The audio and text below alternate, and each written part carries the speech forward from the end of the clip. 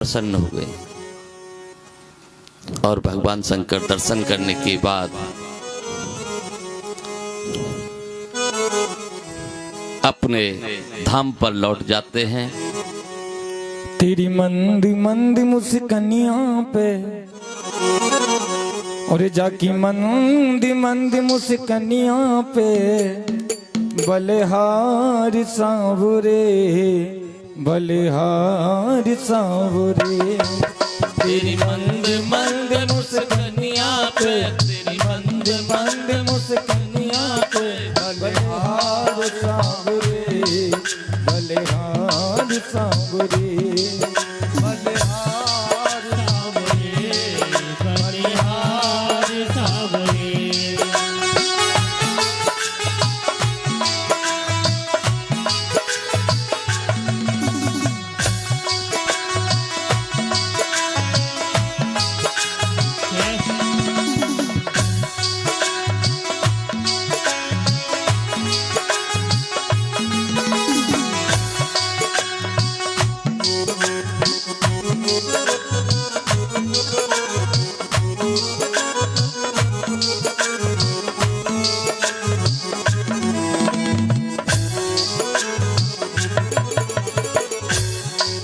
तेरे बाल बड़े घुंघराले लगते हैं काले कारे।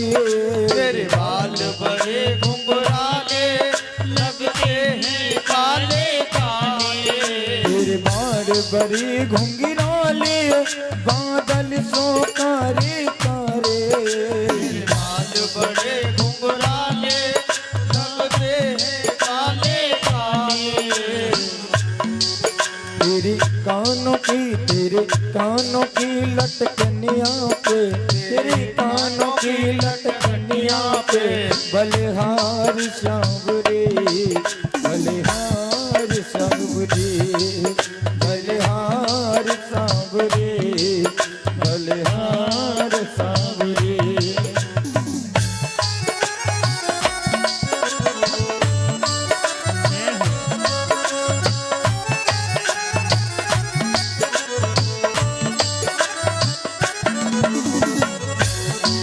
तेरी चाल अजब मत वाली लगती है प्यारी प्यारी। तेरी चाल अजब मत वाली लगती है प्यारी प्यारी। तेरी चाल अजब मत वाली लगती है प्यारी प्यारी। तेरी चाल अजब मत वाली लगती है प्यारी प्यारी। तेरे पैरों की पायलियां पे तेरे पैरों की पायलियां पे बलिहार सांवरे बलिहार सांवरे बलिहार सांवरे बलिहार सांवरे।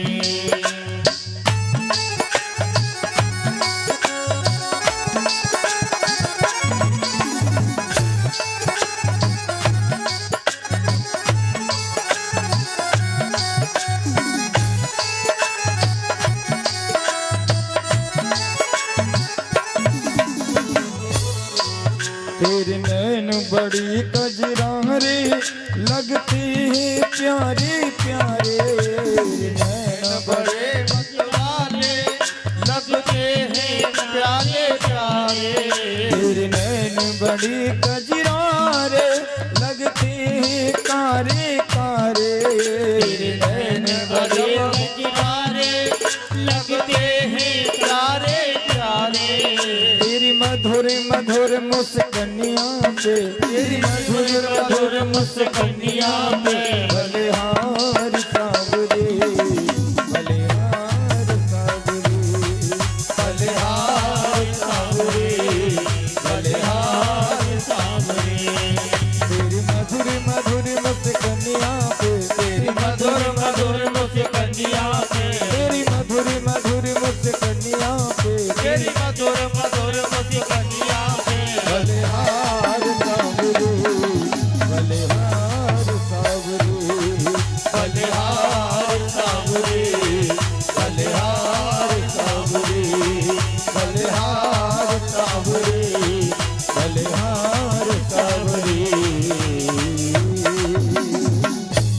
कृष्ण कन्हैया लाल की जय।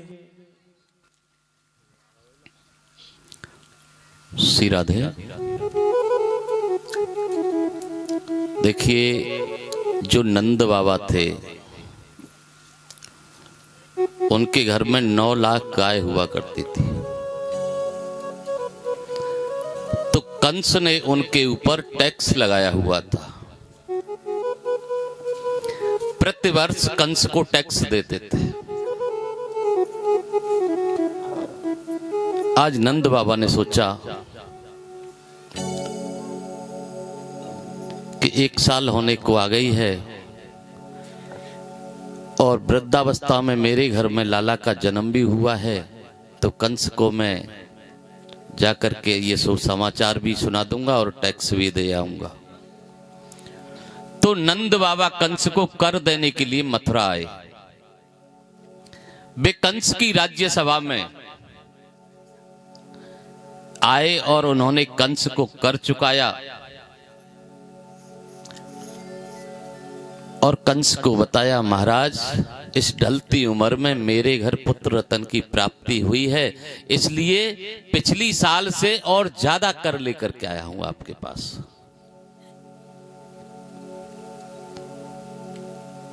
तो कंस मन ही मन प्रसन्न हुआ कि मेरे किसी जानकार व्यक्ति के यहां बुढ़ापे में पुत्र पैदा हुआ है। उसे क्या पता कि वो पुत्र कौन है। तो देखिए, जो जीव होता है वो मात्रा देख करके आशीर्वाद देता है और भगवान प्रेम देख करके आशीर्वाद देते हैं। तो ज्यादा धन दिया टैक्स के रूप में अब की बार, तो कंस आशीर्वाद दे रहा है कि तेरा बेटा बहुत अच्छा योग्य बने, चारों ओर उसकी जय जयकार हो, वो अपने शत्रुओं का विनाश कर दे बड़ा होकर के। क्यों, कंस तो जीव है ना, जीव तो केवल धन देख करके आशीर्वाद देता है और ईश्वर प्रेम देखते हैं। तो कंस ने आशीर्वाद दे दिया अनजाने में ही, और वहां से कंस कर देने के बाद वसुदेव जी से मिलने के लिए कारागार में चले गए। वहां बात हुई तो वसुदेव जी ने पूछा कि नंद जी, आपके घर में मैंने सुना है पुत्र रतन की प्राप्ति हुई है। तो नंद बाबा ने कहा, हाँ वसुदेव जी, बुढ़ापे में मेरे घर बालक का जन्म हुआ है। बोले मेरा क्या है, ये आपका है, क्योंकि वसुदेव जी को तो मालूम है वो किसका है, लेकिन नंद बाबा को मालूम नहीं। लेकिन वैसे कह देते हैं ना आपस में, ये आपका ही लड़का है। तो नंद बाबा ने कहा, ये तुम्हारा ही बेटा है। बोले हाँ कोई बात नहीं है, लेकिन एक काम करो, क्योंकि जिस समय मेरी कन्या को कंस ने मारने का प्रयास किया था, तो आकाशवाणी के द्वारा उस कन्या ने कह दिया था कि तेरे मारने वाला ब्रज में पैदा हो गया है। तो कंस ने चारों ओर अपने राक्षस भेज दिए हैं जो छोटे बच्चों को मार रहे हैं, तुम जल्दी चले जाओ। और इधर पूतना को भेज दिया महाराज कंस ने गोकुल में।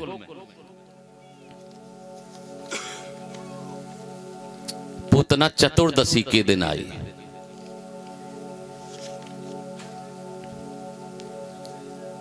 पूत का क्या अर्थ होता है? पूत का अर्थ है पवित्र। जो पूत नहीं है वो पूतना है, यानी जो पवित्र नहीं है, जो अज्ञानी है वो पूतना है।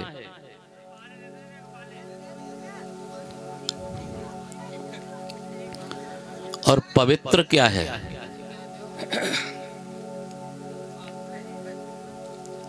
पवित्र क्या है? तो गीता जी में कहा गया है नहीं ज्ञानेन सदृशम पवित्र मही विद्यते,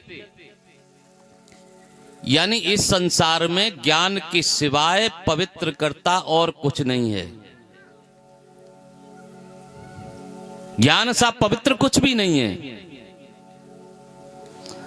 और पूतना चतुर्दशी के दिन ही क्यों आई, ऐसा कहते हैं जो अविद्या होती है वो 14 ठिकानों पर वास किया करती है। अविद्या 14 स्थानों में बसती है। 5 हमारी ज्ञानेंद्रियां हैं, 5 कर्मेंद्रियां हैं, मन बुद्धि चित्त और अहंकार, ये 14 हुआ करते हैं। आपने रामायण में भी देखा होगा कि श्री राम जी को वनवास 14 वर्ष का ही मिला, और ये भी 14वीं तिथि को ही आई है। यानी भगवान राम को भी इन 14 वासनाओं पर विजय प्राप्त करने के लिए 14 वर्ष लग गए।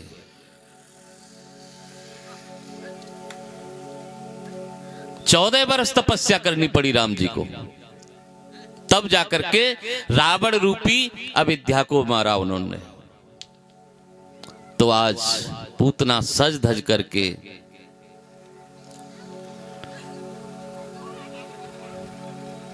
आती है,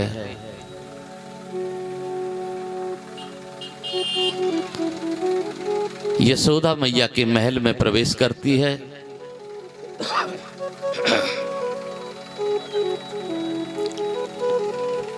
और जिस समय पूतना आई थी, गोकुल की गायें चरने गई हुई थी। इतना सुंदर स्वरूप बनाकर के आई पूतना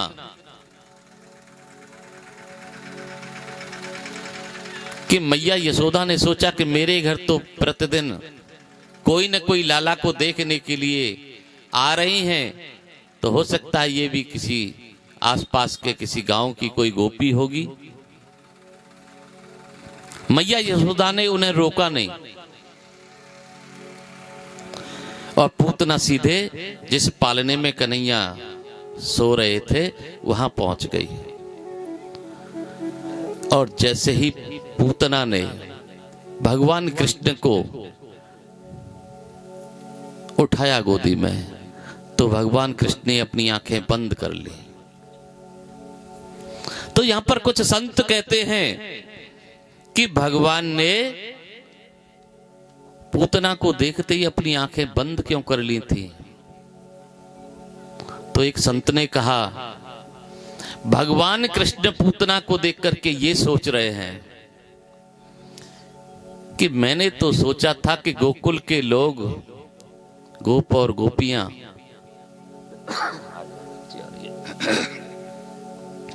मुझे माखन मिश्री खिलाया करेंगे, लेकिन सबसे पहले मुझे ये तो विष खिलाने के लिए आ गए। इसलिए उन्होंने आंखें बंद कर ली। तो दूसरे संत ने कहा कि ये उदाहरण आपका मुझे तो अच्छा नहीं लगा, क्योंकि भगवान है वो तो सब कुछ जानते हैं। दूसरे संत ने कहा कि भगवान ने आंखें इसलिए बंद की थी क्योंकि पूतना को मारना है, उद्धार तो करना ही है, लेकिन इस जहर देने वाली को कौन से लोक में भेजूं, ये सोच रहे हैं कन्हैया आंखें बंद करके। क्योंकि जो माखन मिश्री खिलाएंगे मुक्ति तो उनको भी देनी है, तो जहर खिलाने वाली को, क्योंकि ये भी तो मुझे स्तनपान कराएगी, इसको कहां भेजूं। तो एक संत कहते हैं कि ये भी कारण हमें अच्छा नहीं लग रहा, भगवान ने इसलिए अपनी आंखें बंद नहीं की।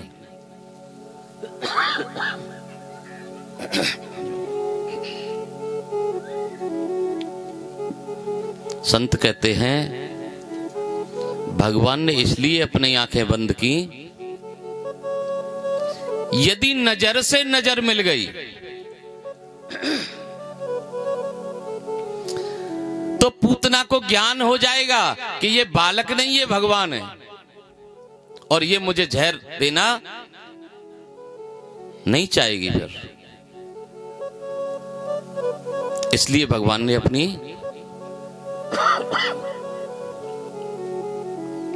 अपनी आंखें बंद कर ली।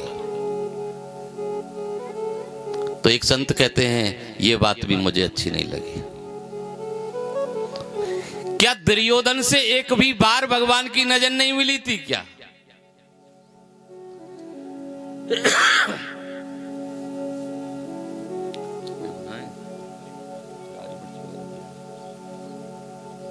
काली मिर्च हो या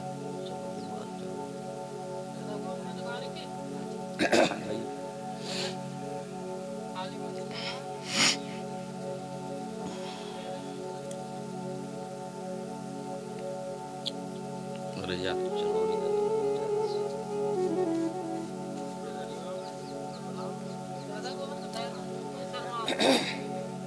शर्म का आएगी। अरे उससे यार हो जाएगा उससे। या कोई वो टॉपी है, टॉपी ना है, टॉपी दे खोल खोल खोल खोल।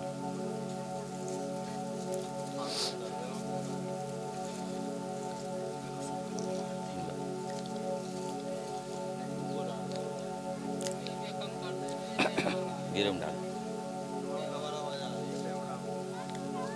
कह रहे होंगे बस बस अब नहीं।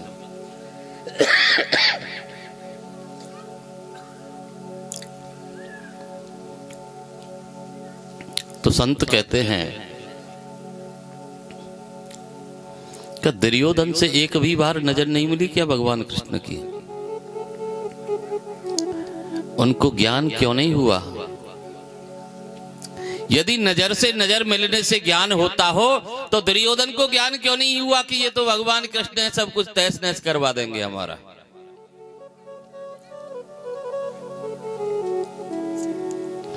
तो एक संत कहते हैं बात ये नहीं थी, बात ये थी कि विष को पीने के लिए भगवान कृष्ण भगवान शंकर का ध्यान कर रहे थे, क्योंकि विष पीना तो भगवान शंकर ही कर सकते हैं। वो आंखें बंद करके भगवान शंकर का ध्यान कर रहे थे कि हे भगवान आप आ जाइए, विष का पान आप कर जाइए और इसके प्राणों का पान मैं कर लूंगा।